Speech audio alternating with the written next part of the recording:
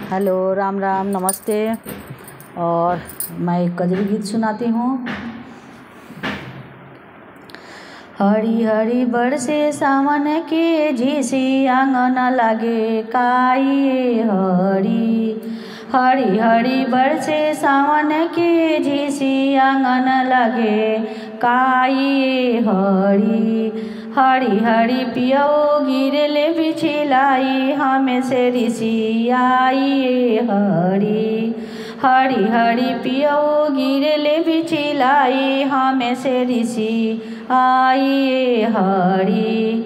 जाहु तुम पियऊ हमें से ऋषि अइला। जाहु तुम पियऊ हमें से ऋषि अइबहु राम। हरी हरी नैहर से बुलाइब जेठा भाई नैहर चली जाइबे हरी। हरी हरी नैहर से बुलाइब जेठा भाई नैहर चली जाइबे हरी। हरी हरी बरसे सावन के झिसी आंगन लागे काई हरी। हरी हरी बरसे सावन के झिसी आंगन लगे काई हरी। जाहु तू धनिया नैहर चली जइबू राम। जाहु तू धनिया नैहर चली जइबू राम। हरी हरी करबो में दोसर बियाह सवत ले आइबे हरी। हरी हरी करबा में दोसर बियाह सवत ले आइबे हरी।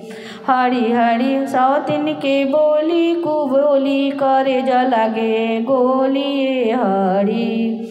हरी हरी सौतिन के बोली कुबोली करे जलागे गोली हरी।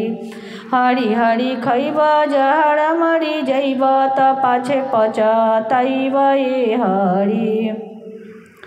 जाहु तू पियऊ हो करब बियाह वाई राम। जाहु तू पियऊ तू करब बियाह वाई राम। हरी हरी खैब जहर मरी जइब त पाछे पचतइब हरी।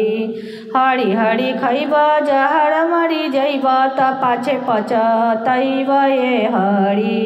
हरी हरी बरसे सावन के झिसी आंगन लागे काई हरी।